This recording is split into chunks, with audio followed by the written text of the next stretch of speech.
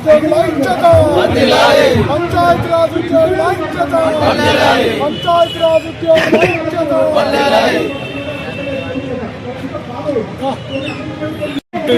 మా అందరికీ చాలా ఇబ్బందులకు గురి కావాల్సిన పరిస్థితి వస్తుంది కనుక అయ్యా ముఖ్యమంత్రి గారు, నీకు మేము చేసే విన్నపం ఒక్కటే, నీకు ఛాయలు మోసేది మేమే, ఫైళ్ళు మోసేది మేమే.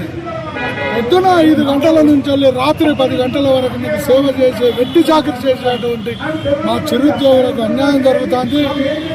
ఇది మీ దృష్టికి తీసుకురావాలనే ఉద్దేశంగా మేము సమ్మెలు చేయడం మా జన్మ హక్కు అనే కాకుండా, మిమ్మల్ని ఇబ్బంది పెట్టే ధోరణిలో కాకుండా మీకు మా బాధలు తెలవాలనే ఉద్దేశంలో ఈ సమ్మెలో పాల్గొనడం జరుగుతుంది.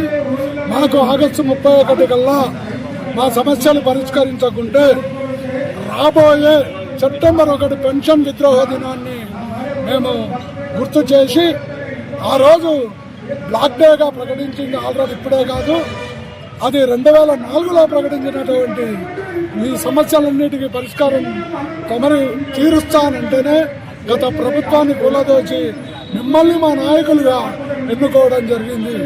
అయ్యా మా సమస్యలు పరిష్కరించండి, మా సమస్యలకు పరిష్కారం చూపెట్టండి, మా చిరు ఉద్యోగులకు న్యాయం చేయండి అని మిమ్మల్ని కోరుకుంటున్నాను.